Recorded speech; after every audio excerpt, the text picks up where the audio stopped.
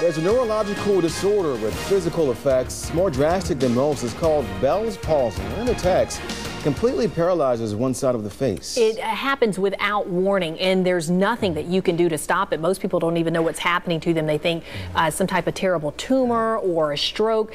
Our News 10's Mary King actually went through this, received that diagnosis, and we were learning about what Bell's palsy was along with you. That is right. It happened back on June 1st. I was here that morning, that afternoon. Different story. I was actually sitting on a plane by myself, headed to my last bridal shower when I went to rub my dry lips together and realized I couldn't. Further realized I couldn't move anything on the right side of my face. So I told the flight attendants, and the pilot took the plane back to the gate. My parents then rushed me to the hospital, and I didn't make it to my destination that night, but instead embarked on a whole new journey.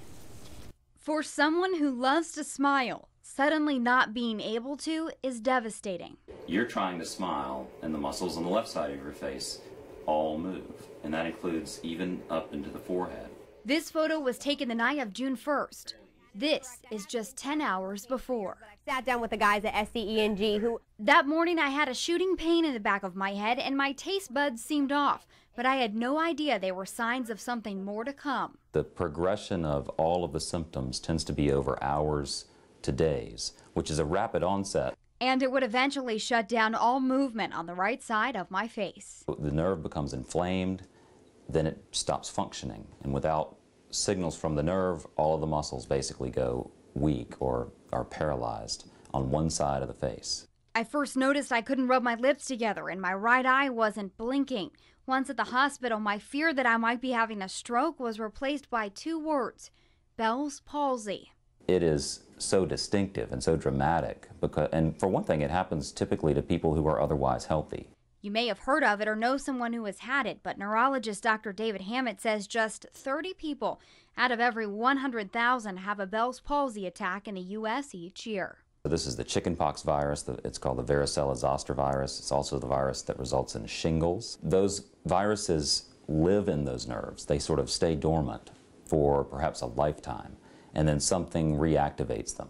Doctors believe a weakened immune system, stress, and lack of sleep can all make the 7th cranial nerve vulnerable to attack. It can be inflammation from a variety of causes, although we rarely pin down exactly what that cause is.